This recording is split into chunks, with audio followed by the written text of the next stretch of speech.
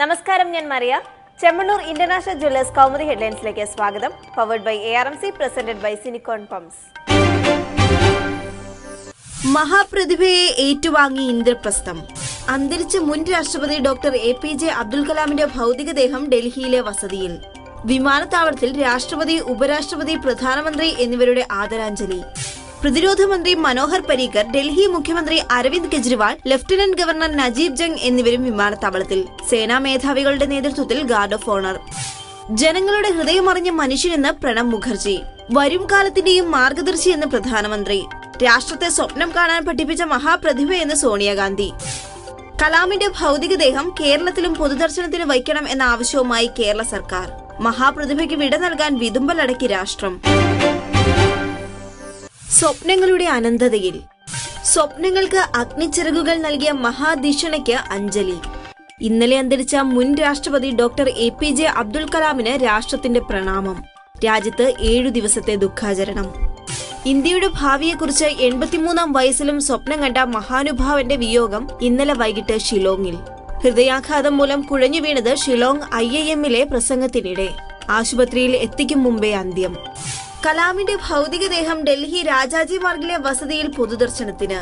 സംസ്കാരം നാളെ ജന്മദേശമായ തമിഴ്നാട്ടിലെ രാമേശ്വരത്ത്. മുൻ രാഷ്ട്രപതിക്ക് ആദരമർപ്പിച്ച് പാർലമെന്റിന്റെ ഇരുസഭകളും.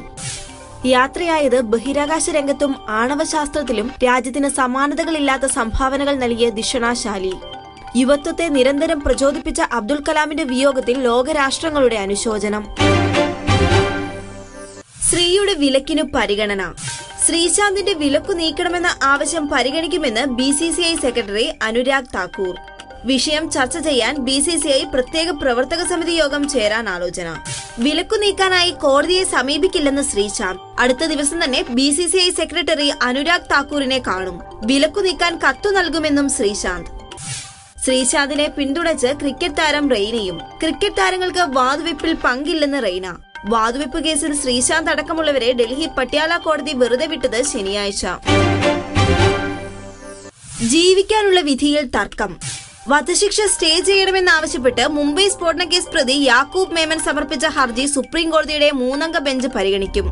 വിശാല ബെഞ്ചിന് വിടാൻ തീരുമാനിച്ചത് ഹർജി ഇന്ന് പരിഗണിച്ച 2-അംഗ ബെഞ്ചിലെ അഭിപ്രായ ഭിന്നതയെ തുടർന്ന്. 3-അംഗ ബെഞ്ചിനെ തീരുമാനിക്കുന്നത് ചീഫ് ജസ്റ്റിസ്. വാദം കേൾക്കുന്നത് നാളെ. മേമന്റെ ഹർജിയിൽ ഭിന്നാഭിപ്രായം പ്രകടിപ്പിച്ചത് ജസ്റ്റിസുമാരായ അനിൽ R ദവെയും കുര്യൻ ജോസഫും. വധശിക്ഷ സ്റ്റേ ചെയ്യരുതെന്ന് ജസ്റ്റിസ് അനിൽ R ദവെ. ജീവിക്കാനുള്ള അവകാശം പരമപ്രധാനമെന്നും അത് ഉറപ്പാക്കേണ്ട ബാധ്യത കോടതിക്കുണ്ടെന്നും ജസ്റ്റിസ് കുര്യൻ ജോസഫിന്റെ ഉത്തരവ്. വധശിക്ഷ നടപ്പാക്കാൻ തീരുമാനിച്ചത് ഈ മാസം 30-ന്. Chemmanur international jewellers Kaumudi headlines powered by ARMC, presented by Sinicon pumps സമാപിക്കുന്നു.